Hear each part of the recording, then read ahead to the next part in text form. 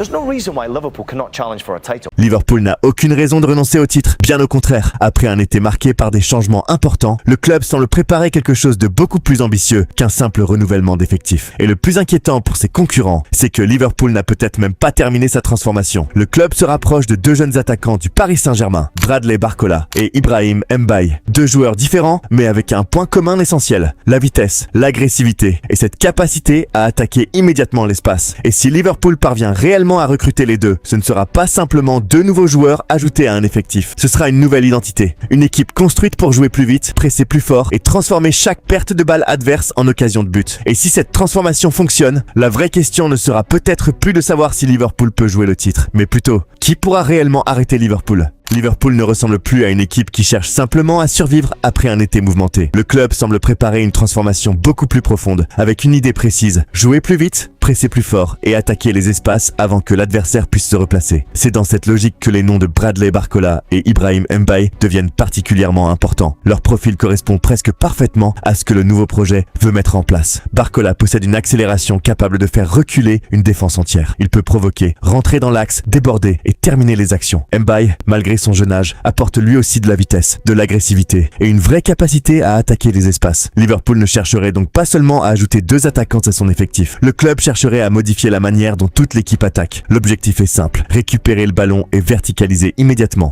Pas besoin de multiplier les passes inutiles. Une récupération doit pouvoir devenir une occasion en quelques secondes. Cette philosophie explique aussi pourquoi les mouvements des latéraux et des attaquants sont si importants. Quand un joueur part dans la profondeur, un autre doit pouvoir rentrer dans l'axe. Quand le ballon est perdu, plusieurs joueurs doivent immédiatement déclencher le pressing. Et lorsque l'adversaire hésite, Liverpool doit être capable de frapper. C'est une identité fondée sur l'intensité et la vitesse. Si Barcola et Mbaye arrivent réellement, ils pourraient devenir les pièces qui manquent encore à cette construction. Et c'est précisément ce qui rend le projet inquiétant pour les autres clubs anglais. Liverpool ne veut pas simplement reconstruire son équipe, il veut créer une équipe qui impose un rythme impossible à supporter pendant 90 minutes. Et lorsque cette idée sera parfaitement maîtrisée, les adversaires auront un problème beaucoup plus sérieux à résoudre. C'est donc une transformation pensée dans le moindre détail. Et si ces deux jeunes attaquants arrivent, Liverpool pourrait enfin posséder les armes nécessaires pour imposer cette nouvelle identité. Le dossier Ibrahim Mbaye semble être celui qui avance le plus rapidement et plusieurs informations indiquent qu'un accord contractuel aurait déjà été trouvé avec Liverpool autour d'un contrat de 5 ans. Le jeune attaquant aurait également refusé une autre destination qui semblait pourtant possible auparavant. Désormais, le principal obstacle serait le montant réclamé par le Paris Saint-Germain, qui souhaiterait environ 50 millions d'euros. Pour Liverpool, la question n'est donc pas seulement de savoir si Mbaye est talentueux, il faut déterminer s'il correspond exactement au projet sportif qui se construit autour de lui. À 18 ans, son potentiel représente évidemment une partie importante de l'investissement, mais sa vitesse et sa capacité à attaquer directement sont déjà des qualités exploitables. Le dossier Bradley Barcola est encore plus spectaculaire. Le PSG aurait longtemps réclamé une somme gigantesque pour son joueur, avant que les exigences ne diminuent progressivement. Les montants évoqués restent énormes, mais Liverpool semble continuer à avancer. Barcola représente un profil extrêmement difficile à défendre. Il peut recevoir très large, provoquer son vis-à-vis, accélérer vers la surface ou rentrer dans l'axe pour combiner. Cette polyvalence permettrait à Liverpool de changer son animation offensive sans modifier complètement son système. Et un détail a attiré l'attention. Les deux joueurs auraient été écartés du groupe parisien lors d'un match de compétition. Cela ne signifie pas automatiquement qu'un transfert est imminent, mais le message envoyé est forcément important. Lorsqu'un club cesse d'utiliser plusieurs attaquants dont l'avenir est incertain, cela montre que la situation évolue. Liverpool doit maintenant trouver un accord financier avec Paris, et si les deux dossiers aboutissent, le club anglais pourrait obtenir exactement les profils recherchés pour accélérer son nouveau style. Le plus impressionnant n'est donc pas seulement le talent des joueurs, c'est la cohérence entre leur qualité et le football que Liverpool veut désormais pratiquer. Le talent ne suffira pas, Liverpool doit maintenant convaincre Paris. Mais si l'accord arrive, les Reds auront probablement trouvé deux profils capables d'accélérer toute leur attaque. Mais même avec des ambitions énormes, Liverpool ne peut pas dépenser sans limite. Le club a déjà investi massivement et doit donc trouver un équilibre entre les arrivées et les départs. C'est ici que le dossier Cody Gakpo devient particulièrement intéressant. L'attaquant néerlandais est associé à un possible transfert vers Tottenham et une vente pourrait libérer une place dans le secteur offensif tout en apportant des ressources financières. Si Gakpo part, Liverpool pourrait alors utiliser une partie de cet argent pour accélérer les négociations concernant Barcola et Mbaye. Cela changerait complètement la lecture du mercato. Il ne s'agirait plus d'une équipe qui dépense simplement pour accumuler des joueurs. Il s'agirait d'un club qui vend certains profils afin d'en intégrer d'autres,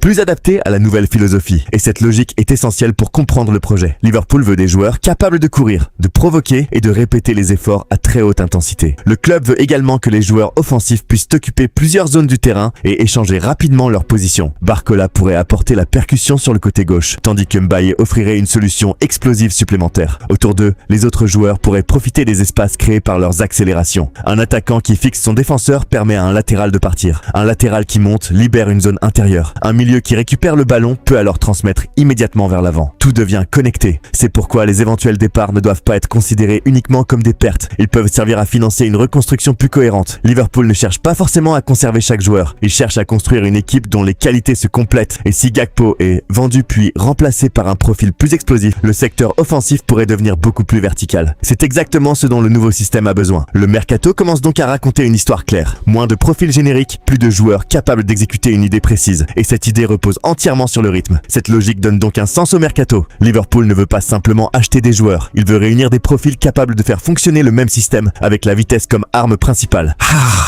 Le dernier match de préparation a donné un premier aperçu de cette nouvelle identité. Liverpool s'est imposé 2-0, mais le résultat n'était finalement pas l'élément le plus important. Ce qui comptait, c'était la manière dont l'équipe se déplaçait avec et sans ballon. Cody Gakpo a ouvert le score après une action dans laquelle Jeremy Frimpong a joué un rôle important. Le latéral a attaqué depuis son côté, a pénétré vers l'intérieur et a trouvé son partenaire dans une zone dangereuse. Ce genre de mouvement peut sembler banal pendant un match de préparation, mais il révèle quelque chose de beaucoup plus profond. Le système cherche à créer des supériorités grâce au déplacement permanent. Quand Frimpong rentre dans l'axe, un espace peut s'ouvrir sur le côté. Quand un attaquant décroche, un autre peut attaquer la profondeur. L'équipe devient difficile à lire parce que les positions changent constamment. Jeremy Jack a également effectué ses débuts et montré une grande sérénité. Il a bien lu les situations, s'est montré propre avec le ballon et a rapidement communiqué avec ses partenaires. Puis, Ronald Araujo est entré et a apporté une autre dimension. Puissance, agressivité et présence dans les duels. Ces profils différents peuvent devenir complémentaires dans une équipe qui veut défendre haut et repartir rapidement. Mais Frimpong reste peut-être l'élément le plus intéressant. Après une saison parfois irrégulière,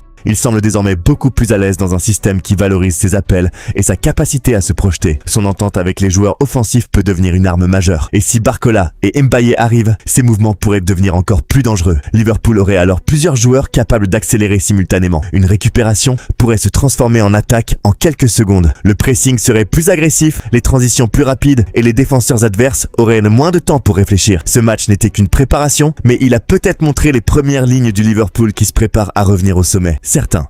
C'est ici que le véritable danger apparaît. Liverpool ne semble pas chercher à devenir une équipe qui domine chaque rencontre par la possession. Le club pourrait chercher quelque chose de beaucoup plus difficile à contrôler, rendre les matchs rapides, ouverts et inconfortables. Arsenal reste évidemment un immense favori grâce au travail réalisé depuis plusieurs saisons. Manchester City possède toujours une qualité exceptionnelle malgré les changements de son effectif. Mais pendant que l'attention se concentre sur ces équipes, Liverpool pourrait construire une identité différente. Une équipe qui accepte le chaos parce qu'elle sait comment l'utiliser. Plus une rencontre devient ouverte, plus les espaces apparaissent. Et plus les espaces apparaissent, plus les joueurs rapides deviennent dangereux. C'est exactement le terrain idéal pour Barcola, Mbaye et Frimpong. Imaginez une récupération au milieu, une passe verticale. Barcola reçoit et élimine son adversaire. Frimpong accélère dans son dos. Mbaye attaque l'autre côté. En quelques secondes, la défense doit courir vers son propre but. C'est ce genre de situation que Liverpool veut provoquer encore et encore. Et c'est pourquoi les futurs transferts sont aussi importants. Ils ne représentent pas seulement de nouveaux noms. Ils pourraient compléter une structure déjà visible. La vitesse sur les côtés, les courses